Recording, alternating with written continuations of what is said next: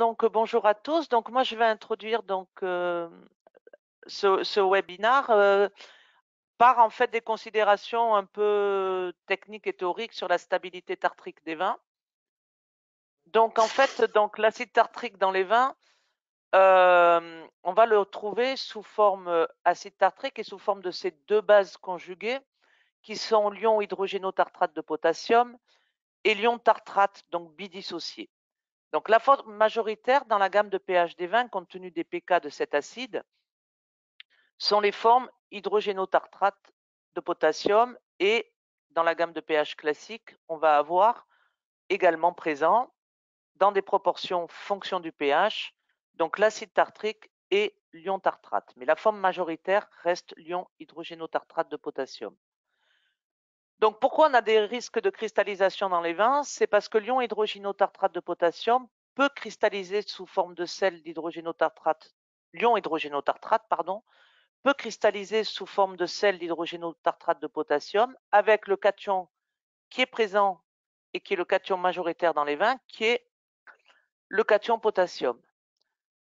Voilà, donc comme nous disions, donc l'acide tartrique est l'acide majoritaire dans les vins et compte tenu des gammes de pH, on va l'avoir sous ces trois formes, acide tartrique, ion hydrogénotartrate de potassium et ion tartrate, la forme majoritaire étant l'ion hydrogénotartrate de potassium.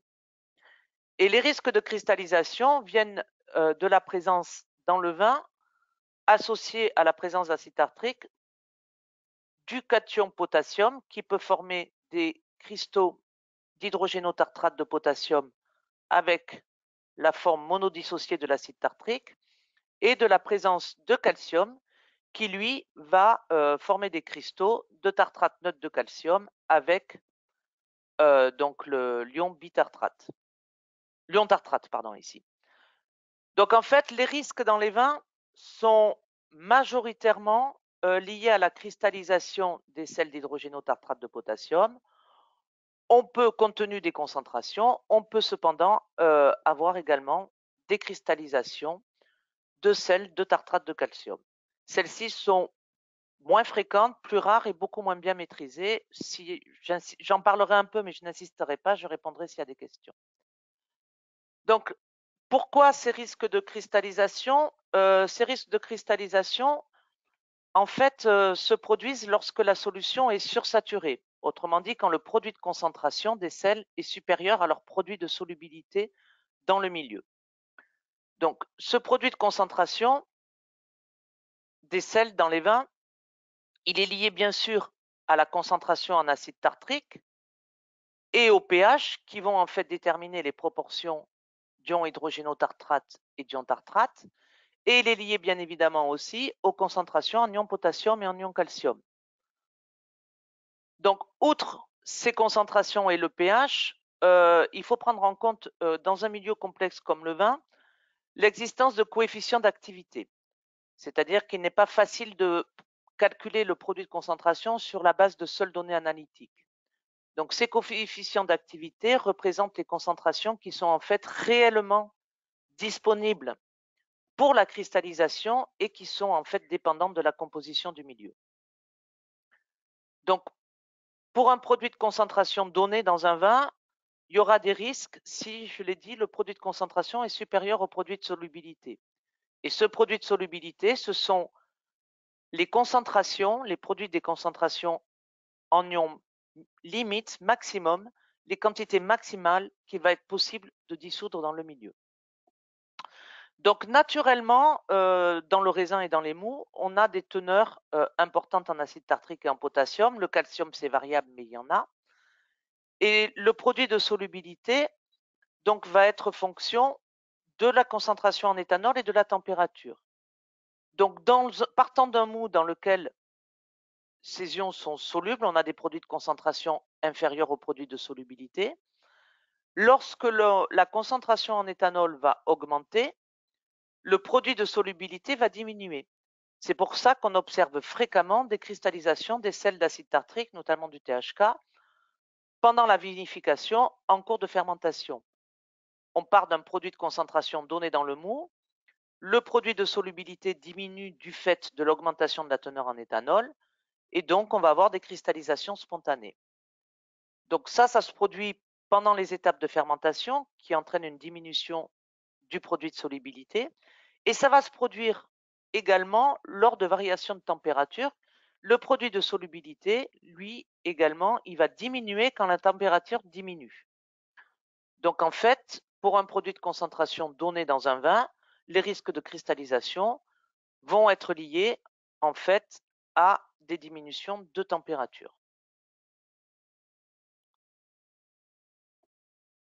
Donc comment se développent ces cristallisations? Cette cristallisation, elle va se produire en fait en 2 étapes.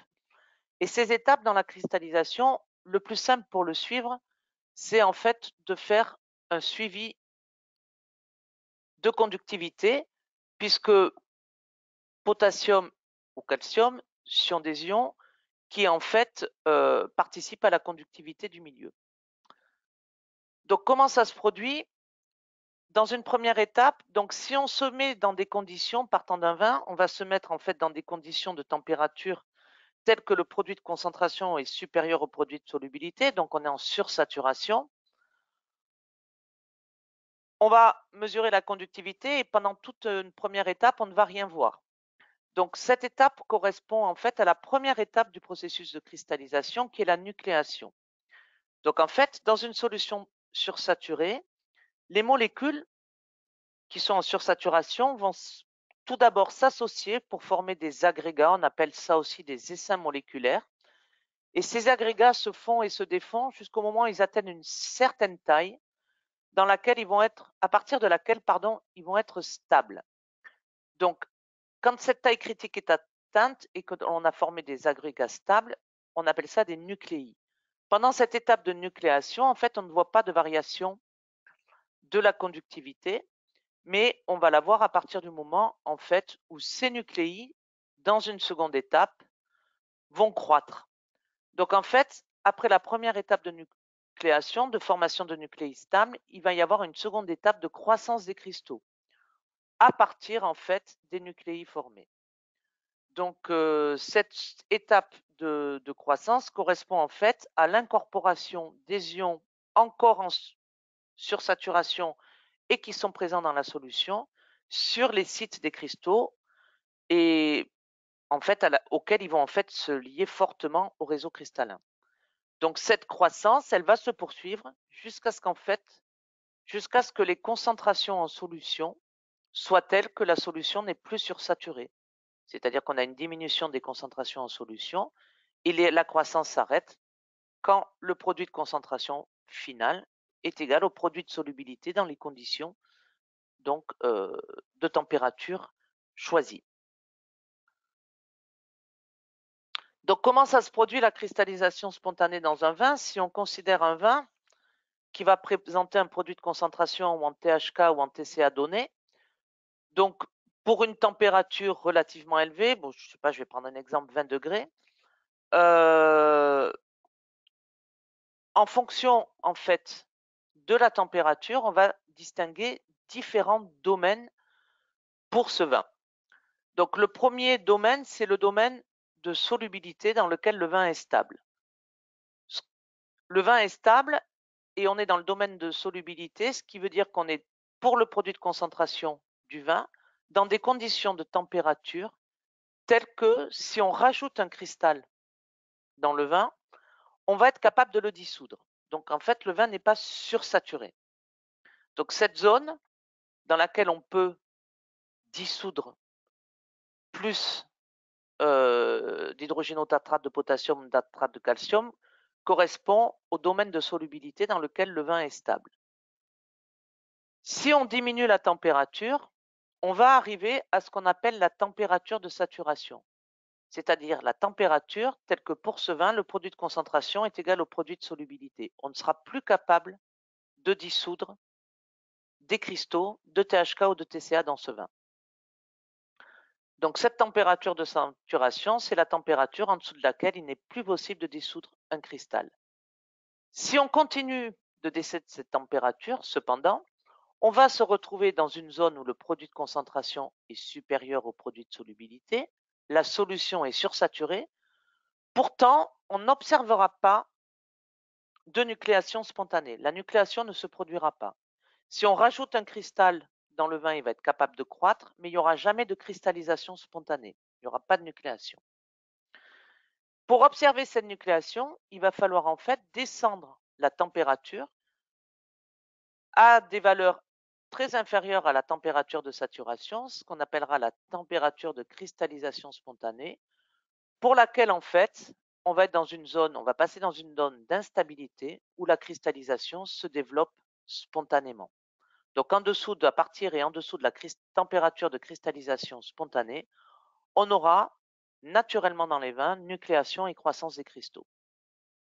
Donc en fait, on va distinguer ces trois zones et ce domaine de sursaturation qui contribue en fait à stabiliser les vins, ce domaine de sursaturation, en fait, sa largeur et donc la stabilité des vins sont très dépendantes des types de vins. Elles sont en général plus larges pour les vins rouges que pour les vins blancs. Et en fait, elles sont dépendantes des concentrations qui sont disponibles pour la cristallisation, mais également de la composés qui sont naturellement présents dans le vin, polysaccharides et polyphénols notamment, qui vont être capables d'inhiber la nucléation et la croissance des cristaux. Donc là, ici, c'est juste pour illustrer l'influence de composés du vin sur la croissance des cristaux, donc c'est un aspect visuel. Ici, on voit des cristaux de THK qui ont été obtenus en milieu modèle 20. Ici, des cristaux de THK qui ont été obtenus dans les mêmes conditions de sursaturation, mais dans un vin blanc. Et ici, des cristaux de THK qui ont été obtenus dans un vin rouge. Donc on voit, bon là on le voit plutôt sur des cristaux finis, donc plutôt sur la partie croissance des cristaux, mais on voit à quel point donc la présence de composés capables de s'absorber sur les cristaux en vin blanc et en vin rouge va en fait être capable d'inhiber la croissance de ces cristaux et donc d'interférer avec les phénomènes de cristallisation.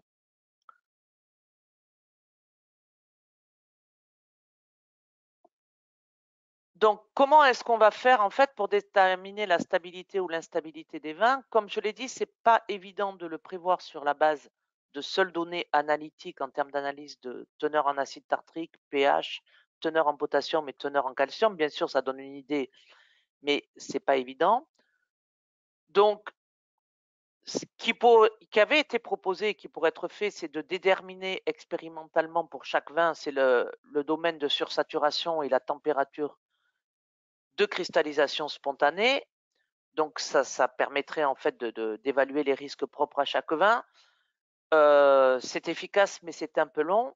Et donc en fait, pour évaluer la stabilité ou l'instabilité des vins, on va avoir recours à des tests de stabilité.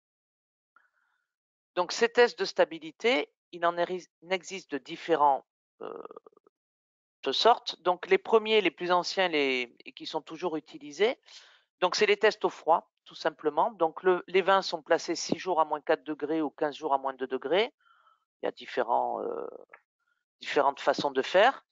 Et ce qu'on va observer, c'est la formation ou non de cristaux. Donc dans ce cas-là, on prend un vin, on le place dans des conditions de sursaturation et on observe la nucléation et la croissance des cristaux. Donc c'est représentatif de ce qui peut se produire dans un vin embouteillé, mais ça reste quand même relativement long à mettre en œuvre à l'échelle quand on est en production. Donc comme c'est un peu long, il y a eu développement de tests beaucoup plus rapides. Donc il y en a tout un ensemble. Donc moi je vous parlerai de la TSAT et de tests basés sur la détermination de la température de saturation, sur l'analyse de la croissance des cristaux. Il y a également des tests développés basés sur l'analyse de l'induction de la cristallisation, sur lequel je ne reviendrai pas. Et donc ces tests plus rapides, en fait,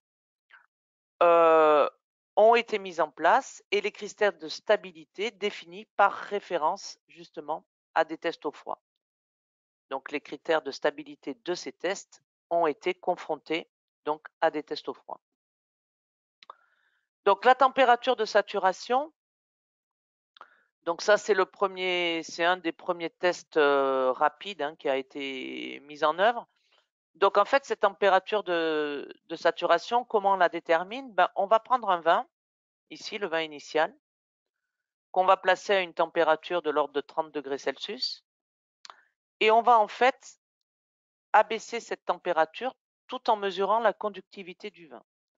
Donc cette courbe ici, bleue, sert en fait à regarder l'impact de la température sur la conductivité du vin. La conductivité est en fonction de la température. Donc en fait, on mesure la température, la conductivité du vin naturel, j'allais dire, en fonction de la température sur une certaine gamme de températures.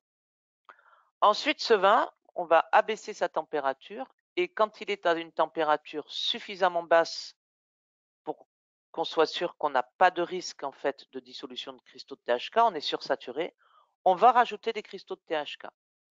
Et en fait, on va remonter la température.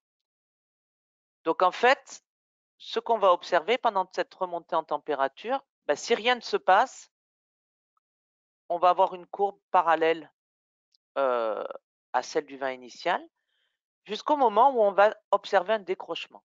Ce décrochement, il intervient à la température de saturation, au-delà de laquelle on est capable le vin n'est plus saturé et on va être capable de dissoudre progressivement des cristaux de THK qui ont été ajoutés dans le vin. S'il y a de la cristallisation, mais ça, je n'assiste pas parce que ça va être repris dans la conférence suivante, s'il y a une cristallisation, une croissance des cristaux pendant la remontée, on va observer une courbe plus basse que la courbe rouge ici, mais de toute façon, au moment où la solution n'est plus saturée, on va avoir dissolution de cristaux et les courbes vont se croiser. On va avoir un décrochement. Donc cette température de saturation, ça nous donne quoi? Ça nous indique en fait à quel point le vin considéré est saturé ou pas en THK ou en TCA. Donc pour le THK, il y a une corrélation qui a été établie entre cette température de saturation et la stabilité sur des vins d'origine diverses et bien sûr par référence à un test de stabilité de 15 jours à -2. Donc, ce qui a été établi pour le THK, ce ne sont pas les mêmes règles pour le TCA, c'est qu'un vin blanc est considéré comme stable s'il a une température de saturation inférieure à 12 degrés. Autrement dit, si à partir de 12 degrés, on est déjà capable, 12,5, de dissoudre des cristaux, le vin blanc sera considéré comme stable. Dans le cas des vins blancs, des vins rosés et des vins rouges, on va prendre en compte l'indice de polyphénol totaux, les composés phénoliques, ayant un impact important sur la stabilité des vins. Donc pour les rosés et pour les rouges, en fonction de l'IPT, on aura des critères de stabilité différents. Donc un vin rouge, par exemple, ici, avec un IPT inférieur à 50, est stable si sa température de saturation est inférieure à 22 degrés. Donc en fait, cette température de saturation peut être utilisée en fonction du type de vin pour établir la stabilité ou l'instabilité d'un vin, en tenant compte bien sûr du type de vin considéré. Donc cette température de saturation, on y reviendra tout à l'heure, elle dépend peu des composés qui dans le vin sont susceptibles d'inhiber la nucléation ou la croissance. Elle dépend uniquement de l'état de sursaturation du vin. Donc en fait, on a ensuite des tests qui sont basés sur l'analyse de la croissance des cristaux. Donc pour ça, on va prendre un vin, un échantillon de vin, le placer à basse température, -4 à 0 degré, plutôt -4 degrés, et on va l'ensemencer avec une quantité donnée de cristaux d'hydrogénotartrate de potassium. On est sous agitation, on a un conductimètre et on va suivre la croissance des cristaux sur une durée de temps déterminée. Donc, le premier test qui peut être utilisé, qui est largement répandu, c'est le test de mini-contact. Donc là, en fait, on ensemence le vin avec des cristaux, donc on n'a pas l'étape de nucléation. Si le vin est sursaturé, en général à -4 degrés il l'est, on va avoir immédiatement une croissance des cristaux qui va s'arrêter quand le produit de concentration atteint le produit de solubilité, autrement dit quand le vin n'est plus sursaturé. Donc en fait, on va observer une chute de conductivité et cette chute de conductivité va être d'autant plus importante que le vin va être instable. Donc en fait, par rapport à des critères, on va se retrouver dans des zones de stabilité ou d'instabilité. Donc en fait, ce qu'on suit, c'est une chute de conductivité relative, 45 microsiemens, entre 45 et 100 microsiemens, ou on le calcule en pourcentage, ça dépend des systèmes. Mais en fait, on va déterminer un critère de stabilité-instabilité par rapport à l'importance de la croissance des cristaux dans des conditions déterminées de température et d'ensemencement. Donc ça, c'est le test de mini-contact. Un test qui est basé sur le même principe, mais qui va un peu plus loin, c'est le test du degré d'instabilité tartrique. Donc là, on mesure la conductivité à 20 à moins 4 degrés. De la même façon, on va ensemencer à 4 grammes par litre avec des cristaux quand le vin atteint moins 4 degrés. On suit la chute de conductivité sur 4 heures, mais grâce à des études sur plusieurs vins, on peut extrapoler par une courbe de modélisation la conductivité à partir de ce suivi sur 4 heures jusqu'à la conductivité finale qui aurait été obtenue à moins 4 degrés. Autrement dit, on extrapole jusqu'à la valeur de conductivité telle que le produit de concentration égale le produit de solubilité. Et sur la base de ça, on calcule un degré d'instabilité tartrique qui est donné par cette formule, donc qui est exprimé en pourcentage. C'est le pourcentage de chute de conductivité. Et donc, on a des critères de stabilité qui ont été établis par référence à un test de 6 jours à moins 4. Donc, pour des DIT inférieures à 5%, le vin est considéré comme stable, légèrement instable entre 5 et 10%, et instable pour des DIT supérieures à 10%.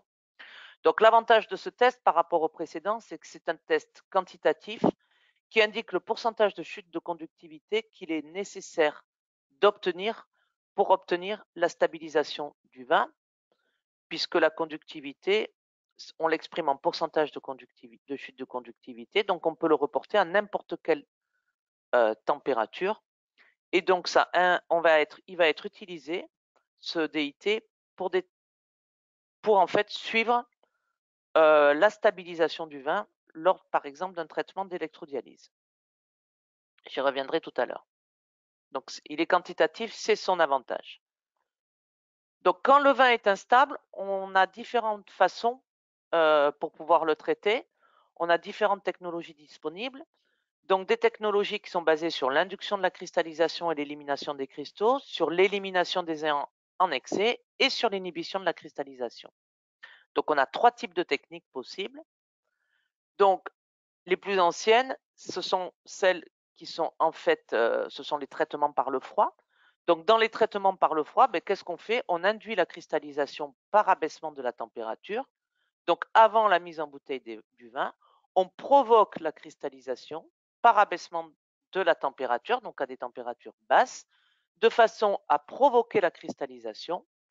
On laisse la cristallisation se développer, on élimine les cristaux par filtration, et donc on se retrouve avec un vin dont la teneur en THK ou en TCA est abaissée et donc qui est stabilisé. Donc il y a différentes techniques, hein. On peut le faire par des techniques qui sont basées sur un abaissement très rapide de la température à moins 4, moins 5 degrés et une stabilisation de l'ordre d'une semaine à cette température sous agitation. Donc là, on n'utilise aucun intrant et ce qu'on va chercher à avoir, donc là, c'est la nucléation et la croissance des cristaux, donc d'où l'importance de l'abaissement rapide de la température qui va favoriser la nucléation en créant des conditions de sursaturation propres à favoriser cette nucléation, de sursaturation rapide et brutale, favorable à cette nucléation et ensuite la croissance des cristaux. Donc on laisse un certain temps pour laisser au processus le temps de se faire. On peut accélérer et travailler à température un peu moins basse en ensemençant avec des cristaux, donc de la crème de tartre. Donc là, ça permet d'abaisser en fait la durée du traitement, puisque dans ce cas-là, comme on n'a pas la phase de nucléation, on va pouvoir se contenter de la phase de croissance des cristaux. Donc cette technique permet de stabiliser par rapport au sel d'acide tartrique, enfin à l'hydrogénotartrate de potassium, si on utilise elle est moins efficace, la technique dite d'abaissement rapide de la température est beaucoup moins efficace si on a vis-à-vis des problèmes de TCA. Donc sans rentrer dans trop de détails, les phénomènes de nucléation et de croissance des cristaux de TCA sont moins bien maîtrisés et plus complexes à maîtriser. Donc en œnologie, il y a moins de tests et puis ces techniques ici, l'induction de la nucléation est pas évidente. C'est souvent sur des tons très longs et relativement aléatoires. Donc si on veut par des techniques, par le froid, inhiber en fait, stabiliser vis-à-vis des risques de cristallisation de TCA, il faudra en fait soit ensemencer avec des cristaux de TCA, soit ensemencer avec des mélanges. Il y a des produits qui permettent ça, des mélanges en proportion 60-40 de cristaux de THK et de TCA. Donc en fait, si on veut obtenir la stabilité vis-à-vis des sels de tartrate de calcium, il faudra utiliser des cristaux de TCA, introduire des cristaux de TCA dans ces traitements par le froid. On peut également éliminer les ions en excès, ça c'est ce qui est permis par l'électrodialyse. Donc l'électrodialyse, c'est une technique à membrane. Donc je vous montre ici un stack d'électrodialyse. Donc c'est une technique qui est spécifique et dans laquelle on va utiliser un stack de membranes dans lesquelles vous avez alternativement sont montées des membranes qui sont perméables aux anions, donc échangeuses d'anions, et des membranes qui sont perméables aux cations, échangeuses de cations ici. Et donc ce stack de membranes est monté entre deux blocs ici de porte-électrode avec donc une cathode et une anode. Donc en fait, le vin va être distribué alternativement dans une cellule et vous avez dans la cellule adjacente va circuler une solution d'électrolyte, en fait de l'eau. Il ne faut pas travailler avec quelque chose de désionisé au début pour pouvoir appliquer évidemment un champ électrique. Donc le vin va circuler dans une cellule et en fait, sous l'effet de l'application d'un champ électrique, vous avez les anions ici liés à l'acide tartrique, donc hydrodégénotartrate de potassium et tartrate, qui vont être capables de venir traverser les membranes échangeuses d'anions, qui vont être attirées ici par l'anode et qui vont être capables de traverser la membrane. Par contre, quand ils vont se retrouver dans la cellule adjacente, ils vont se retrouver face à une membrane échangeuse de cations qu'ils ne vont pas être capables de traverser. Donc, ils vont en fait être bloqués dans cette cellule. Pareil, les ions potassium et calcium ici vont être attirés par la cathode. Sous l'effet du champ électrique, vont être capables de traverser la membrane échangeuse de cations ici, mais vont se retrouver bloqués par la membrane échangeuse d'anions. Donc en fait, on va avoir dans les cellules dans lesquelles circule le vin un appauvrissement en ions potassium, calcium, hydrogénotartrate et tartrate qui vont venir en fait s'accumuler dans ce compartiment ici et qui vont être récupérés dans ce qu'on appelle une saumure. Et donc on va avoir en sortie d'électrodialyse un vin stabilisé, appauvri et une saumure, mais bien sûr enrichie dans ces différents ions. Donc ce procédé est un procédé qui est contrôlé par mesure de conductivité et donc grâce à la détermination du degré d'instabilité tartrique qui donne la conductivité finale à atteindre au cours du procédé pour assurer la stabilité du vin. Et c'est un procédé qui stabilise vis-à-vis des sels liés au potassium et au calcium. Les les troisièmes types en fait de procédés qui sont proposés sont l'utilisation d'inhibiteurs de la cristallisation. Donc différents additifs sont autorisés, ça permet la stabilisation vis-à-vis de THK, hein, pas de TCA.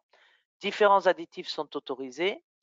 Donc le plus ancien, c'est l'acide métatartrique, qui est en fait un produit qui est obtenu par fusion à sec d'une poudre d'acide tartrique et qui est composé de mono et diester d'acide tartrique.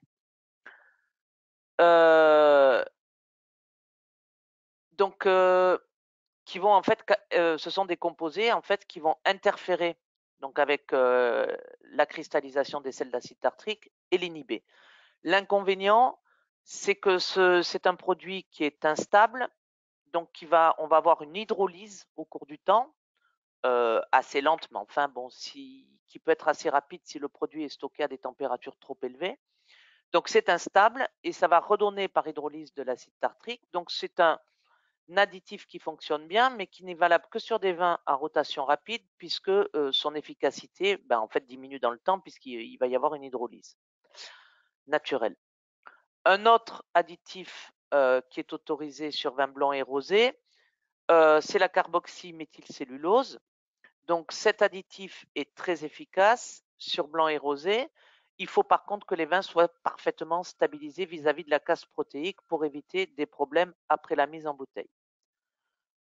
Un autre additif, donc là sur lequel je ne vais absolument pas insister, ce sont les manoprotéines de levure, donc vous allez en entendre parler. Et enfin, un dernier additif autorisé depuis peu, c'est le polyaspartate, ce sont les polyaspartates de potassium, qui peuvent être utilisés sur blanc, rosé et rouge, et qu'on va utiliser sur des vins aussi, attention, parfaitement stabilisés, donc sur des vins stabilisés vis-à-vis des cases protéiques et de la matière colorante colloïdale. Donc en fait, ces additifs, bon, chacun a des spécificités, mais ils vont être ajoutés au vin à la mise en bouteille. Et donc l'avantage du polyaspartate de potassium, des carboxyméthylcellulose ou des manoprotéines par rapport à l'acide métatartrique, c'est que ça reste stable dans le temps, beaucoup plus stable. Après, avantages et inconvénients, bon, je ne vais pas en débattre ici. Et voilà.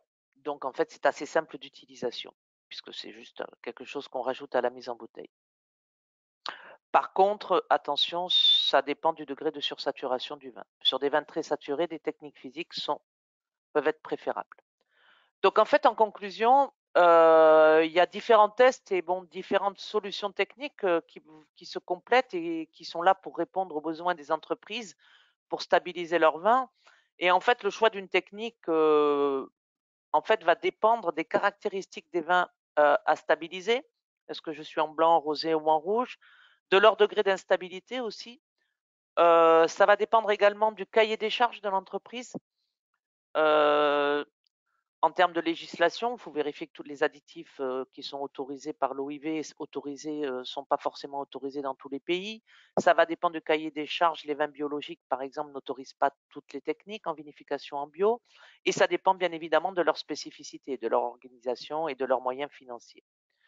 Donc en fait, il y a tout un panel de techniques qui peuvent répondre et qui sont là pour répondre aux besoins des entreprises. Donc, je vous remercie pour votre attention.